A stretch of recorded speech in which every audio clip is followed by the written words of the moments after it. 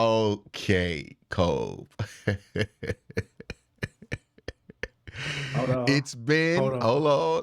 The You know the Browns. vibes. You know Yes. the vibes. It's been a long and windy road. And I think that makes people believe some mountains existed that actually don't.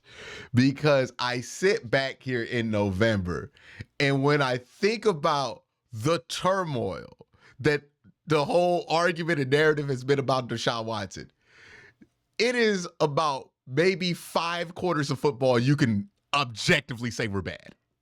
Like that's really what we've been out here like, oh, is he good or is he not? It's been about 5 quarters, Cole. As a starter, 4-1 literally, 5-1 technically as a starter this year, 7-4 technically, well, literally, but 8-4 technically as a starter for the Cleveland Browns. He's put together 2 good games, and the type of fourth quarter that you wanted to see out of Deshaun, and I don't know about you, but when I was watching that game in that second half especially, and honestly, I thought that the first half wasn't as bad as the stats kind of indicated, because I thought that there were some drop passes, some on-point throws that just, something was a little off on it. I thought it was just more like that, but you hear people talk about it, it's like the worst first quarter you ever seen in your life, but it really wasn't. But in that second half, I was like, nah, this is a regular Deshaun Watson game. Like, this is the stuff that you used to see him do, and it wouldn't really make you think about anything when he was in Houston, because he would just be so used to it, right? The 2nd and 19, he gets sacked, fumbles the ball, 2nd and 19. We know what that is with a lot of other quarterbacks in Cleveland Browns history. That's the game. Whether you fumble that ball or not, we're not converting a 2nd and 19. Like, no, we're not doing that. What does he do? Right back down the field, gets a 3rd and 2. That's classic franchise level quarterback play. I'm going to ask you this question, Cole. Has he put enough together to trust him?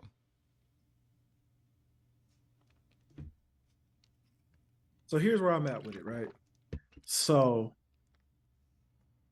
I'm going to say not yet, but feeling very cautiously optimistic now.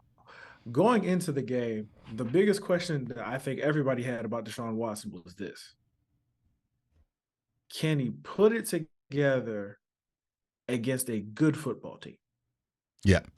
Against a good/great football team. The best defense you can play, because he plays for the team that has the number 1 defense, right? That is the best defense in the NFL you can play. Coming into the game, it was a legitimate debate. Which defense was better, the Browns or the Ravens? Basically, both defenses were either first or second in like every statistical category, just alternating between the two of them. Just trading blows. So literally trading blows. Like quite literally, the best defense he could have possibly played. Objectively, he was very bad in that first half. Objectively, he was. But I'm not gonna argue. Like, you can't really argue against it. I think at the half he was 6 at for best 20. You can make the argument, and that's the argument I try to make, that he was like he wasn't good. I don't think you can make the argument that he was good. Let me clarify my position on that.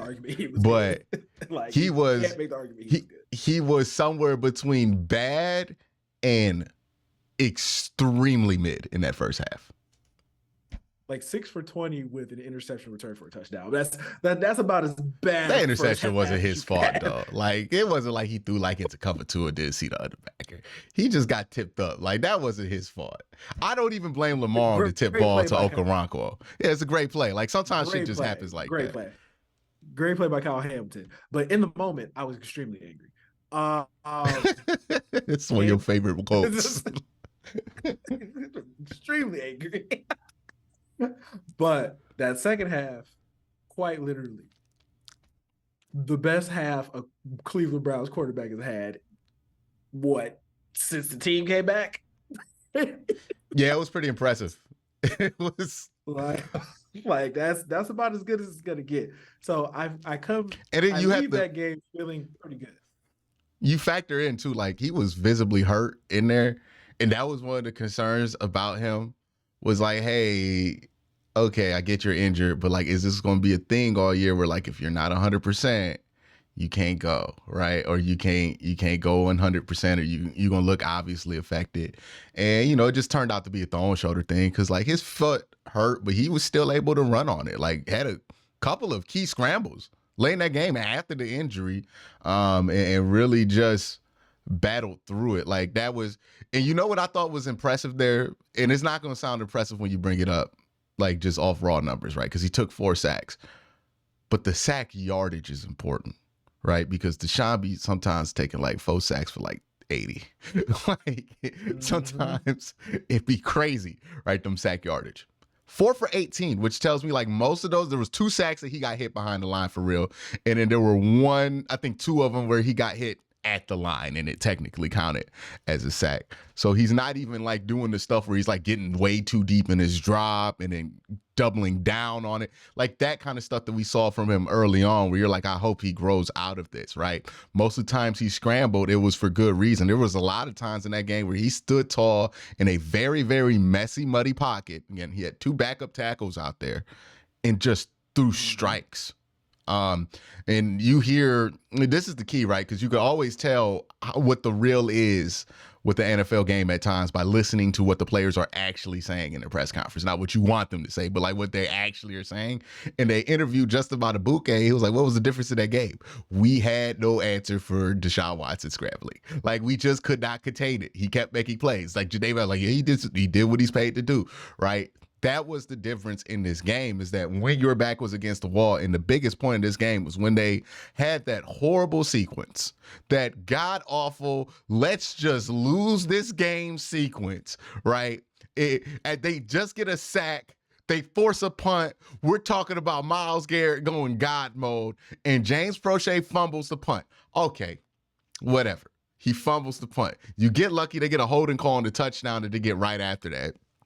Moves the ball back. You actually get them off the field. Then you get a defensive holding penalty. Then you get an interception in the end zone. Even better. Defensive holding again. And then you stop them and then they run it in. Questionable defensive holding, but they were calling everything, right? It was just, it was rough. I was like, damn, dog, like we just don't want it this week. I'm like, what you had to do at that point offensively was you need to score in 2 minutes. Like that's what that game was up to at that point. Let's be real. There were multiple moments throughout the game. You absolutely said to yourself, hey, they do not want to win this game. I'm pretty sure. I don't know if anybody tracked it, but I'm pretty sure in this season alone, the Browns had the most red zone penalties on both offense and defense I've ever seen. Like they had 4 red zone penalties on the offensive side of the ball, and they had like at least 7 on the defensive side of the ball.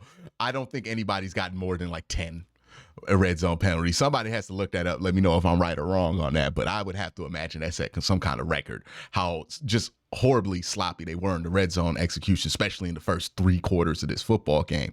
But you had to score quick after that, right? Or else the game was over. Like, right. You couldn't do another, because the only time they had scored a touchdown was like on a 10-minute drive to start the second half or something crazy like that. And they took control of the game, but then they lost control. Like, okay, what you got to do here is you got to score fast. And that's been the gear the Browns have never been able to hit since 1999.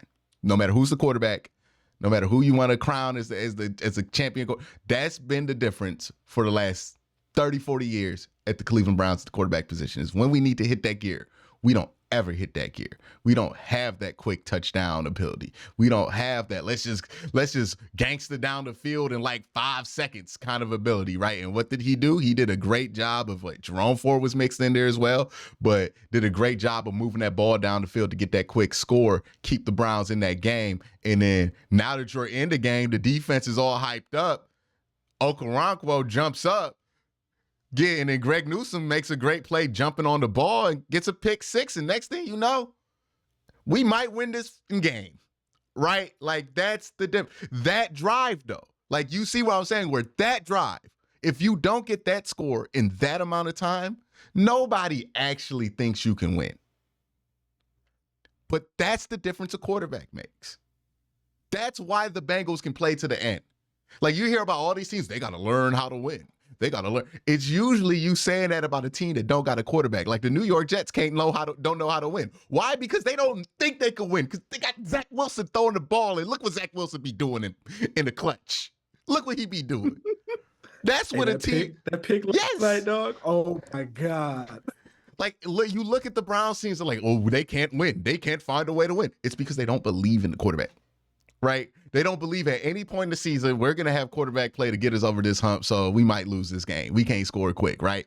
That's different with this team. They got that quick score. The defense was like, oh, we right in there. All we need to do is we get a mulligan, basically. We can get a stop here, and then we can tie this thing up, and who knows what happens at overtime. It's different when it's P.J. Walker, and you have that belief, right? Because this same drive happened to them a couple weeks ago against the Seahawks. It was like, dog, PJ ain't gonna do shit no overtime, man. We might as well let them score. Like, that's what it felt like. You talk about having teams that know how to win. It usually coincides with having quarterbacks who could do what it takes to make sure that everybody believes at any point that they have a chance to win. And that drive right there, that changed the entire game, because that game could have went off the rails. Could have turned into an ass whooping real quick if you don't score quickly on that drive. But that's the stuff right there. That drive. I know people are going to focus on the last drive or the last drive more, because that's cinematically more important, from how you're going to view it as a person.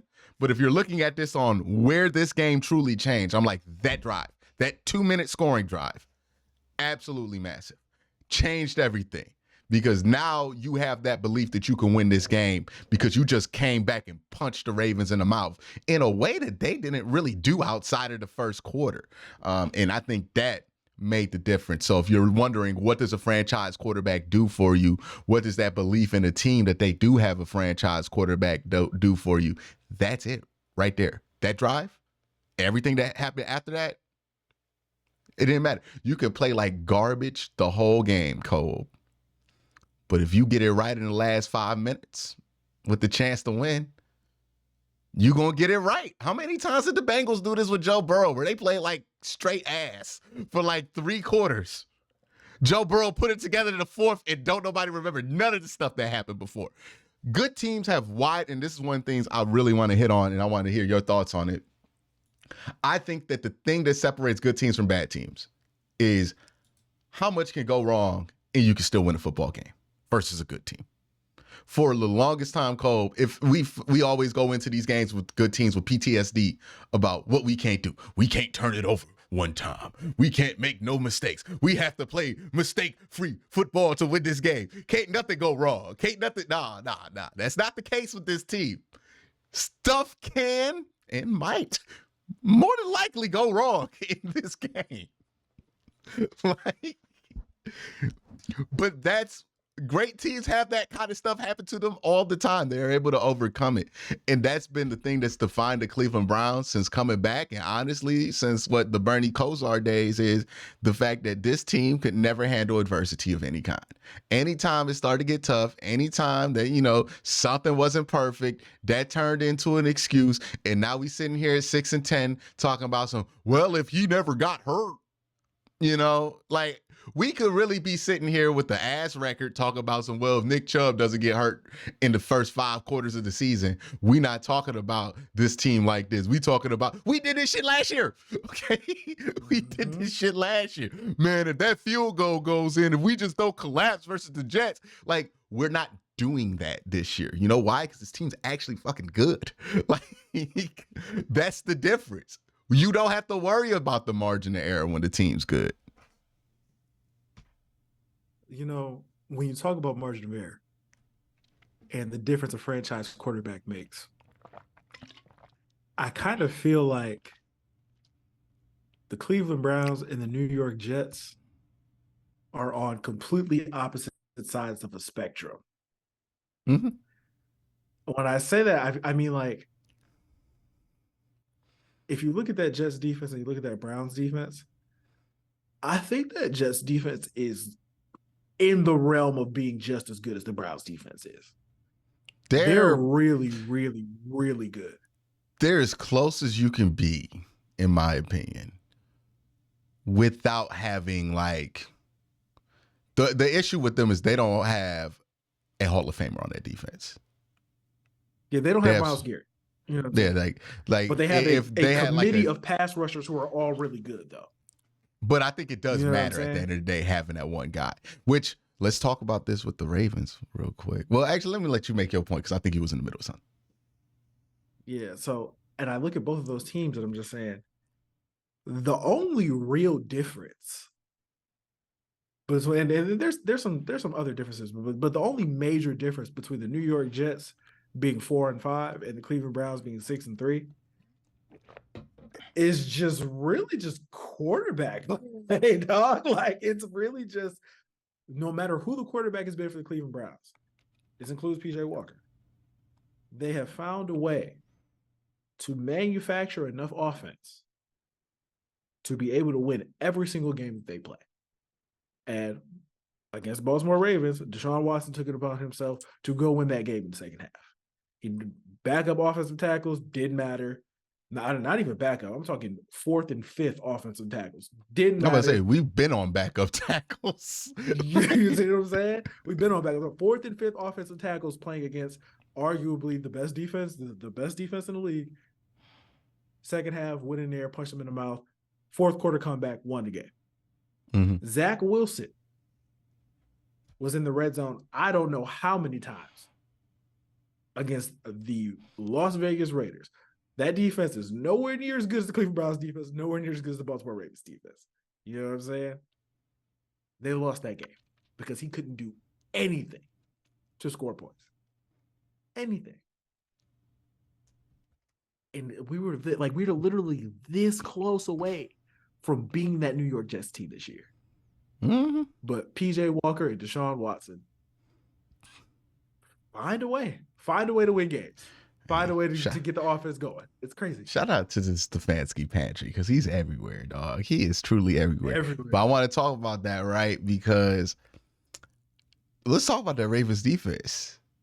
Let's talk about that Ravens defense because I have been on an agenda for a long time.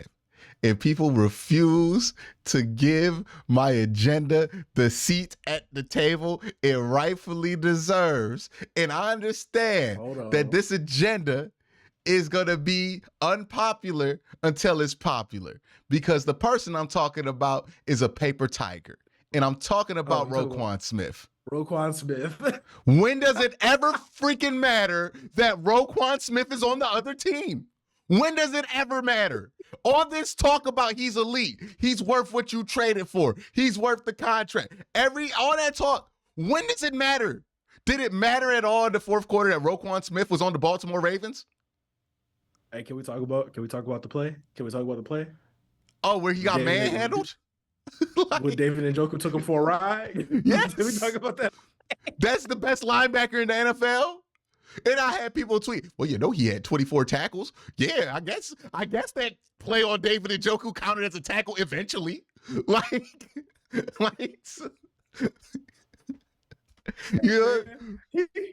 He made contact at like the 40. David didn't go down to like the 20. Grown manned him. The Browns grown manned them, right? And all this talk about the Baltimore Ravens and all that talk about Roquan Smith. And you know what I had to hear on ESPN or Get Up? Well, the Browns have a closer on defense. The Ravens, they just don't have a closer. I'm like, we gonna give that slide to Roquan because ain't he supposed to be the closer? Ain't that supposed to be Roquan? Did he get brought on there to be a role player, or is he supposed to be a star player? Because I swear I heard Jadeveon Clowney's name in that broadcast more than Roquan. I heard Pat Queen name in that broadcast more than Roquan. I heard Brandon Williams' name in that broadcast more than Roquan. I've heard a lot of names. I saw a lot of guys affecting plays. I saw Roquan maybe affect one screen. Bro, even Oweh had a sack in that game against the Browns, dog. Where was he? Like, I'm just saying, at some point, people will be forced to acknowledge this take because I think Roquan Smith has gotten by because he's played on the Bears and don't nobody watch the Bears. So people just look at the numbers and go, ooh, he's good. kind of like Allen Robinson. For my OG AFC North Talk fans who know, I pointed that out as the original paper tiger. Oh, his numbers look great. Have you watched him? Like, and then what's Allen Robinson been since? Exactly what I said he is. And I'm putting out the same alert on Roquan. Roquan, a good linebacker. He might be a pretty good linebacker. He's a Pro Bowl level linebacker. But I do not want to hear this dude as an elite level, star level defensive player. Nah, he's a non-factor in the fourth quarter. They played the Bengals in the playoffs. He didn't matter. Remember that one? It didn't matter last year. He played against Pittsburgh in prime time and got yammed on by Najee Harris for the game-winning touchdown. Do you remember that? He got mossed by the slowest running back in the NFL. That's who got on a wheel route. That's the game changer. That's the dude. This is the dude you telling me is the game. And then in this game, Browns out-physicaled them on the first and second level, and Roquan Smith was nowhere to be found. But they swear to me that he's him. I'm just saying, like, when am I going to get my respect for this take? When are people finally going to jump on board? I've been right about this all along, y'all. Like, y'all been talking about me like I ain't been right. Hey, this is on your heart for so long, dog.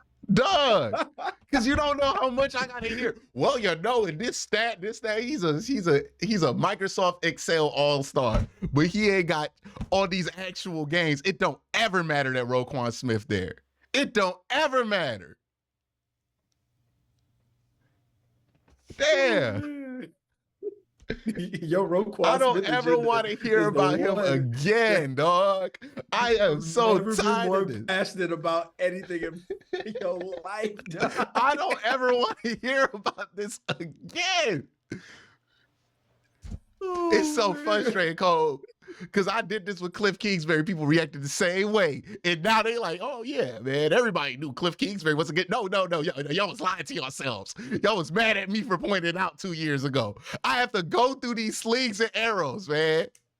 Because I see this and I'm like, yo, he's not that good. And then people are like, oh, I can't believe you. Kyle Shanahan, remember in the summertime, I was like, when we going to start talking about the fact that Kyle be hitting his head on that quarterback ceiling, all of a sudden they lose 3 games in a row, my take becomes popular. Don't nobody want to show me that love, though, for being right.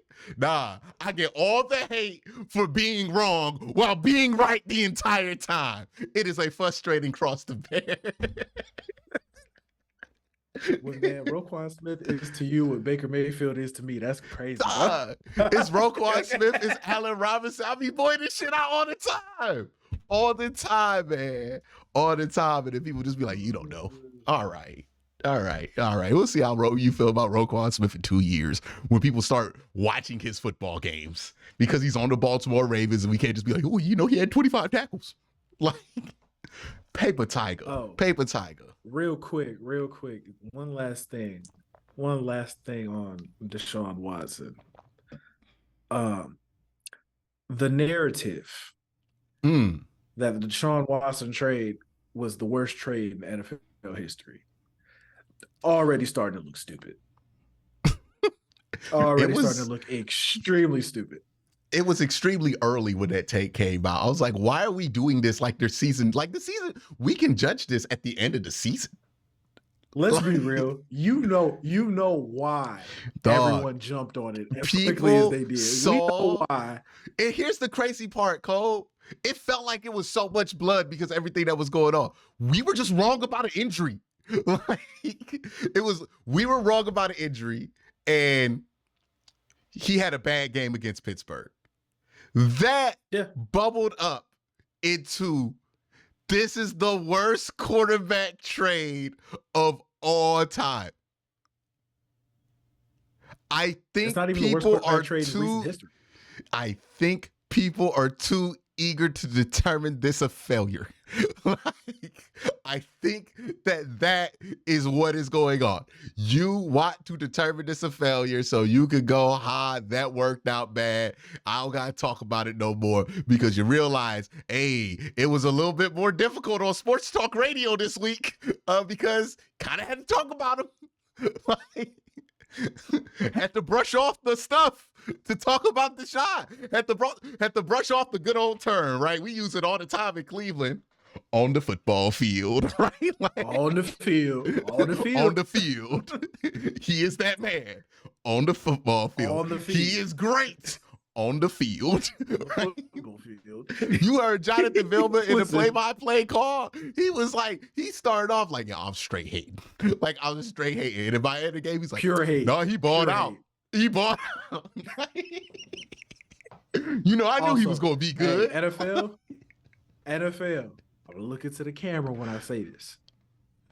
Keep Jonathan Vilma off our broadcast. Please do not put him on any more Browns games. Hey, dog, he told me that David, he should have threw the ball. He told me he should have threw the ball. That man said John Harbaugh was the Browns' daddy on a broadcast in front of millions of people. It is not on like Raven Sportsnet 3. Like, this shit is on national TV. This is national TV. Oh, he did all of that just so John Harbaugh can blow a fourth quarter lead to the Cleveland Browns at home. And can we talk about these splits that they be putting on TV? Like, I'm so tired of these splits. Use the Stefanski splits, dog. Like, use the since Stefanski has been like, you know, this is why I say framing is everything in media, because they'll put out something that's technically true, but how they frame it is important. Whatever Harbaugh's record is at home versus the Browns, it's probably going to be impressive. You know why? Because the Browns have been sorry most of the time that John Harbaugh's been the coach. But you know when they ain't been sorry? When Kevin Stefanski was here. Put up the Kevin Stefanski splits. Why not? Why not? You do that with everybody else? Like, why would you don't have the Bengals play a game versus the Ravens and you bring up the Marvin Lewis shit? Like, no, you show the Joe Burrow stats. Like, okay, Joe Burrow is this since the, thank you. Why are we not doing that with Kevin? Like, what? Why are we not using those splits? You know why? They're never going to represent us in a positive light for as long as we have the quarterback that we have. It is what it is. I don't even think that I understand it. I don't even think that had anything to do with Deshaun as much as it had to do with the fact that they're like, hey, we're kind of invested in this like narrative of LOL Browns. So we're going to put up the worst Brown splits we can find. Because like every national TV game, we got to hear about the drive, the fumble. You got to put up the same goofy-ass CGI graphic every time we play on ESPN. I'm like, can we not do the misery porn? Like, who is out here wanting that? Who? Like, we play the Tennessee Titans. Well, you know the Browns lost in 1989 on the phone. Like, why are we doing this? There is no reason. Why? The team done went away and came back, dog. Like, can we not do it? You don't do this shit for the Bills. Every time the Bills play, I don't got to hear about how they lost 4 consecutive Super Bowls. But I got to hear about the 2 consecutive AFC championship games we lost. That's crazy. Stop it. Stop it. Stop it, national media. Stop. Be nice. Be nice.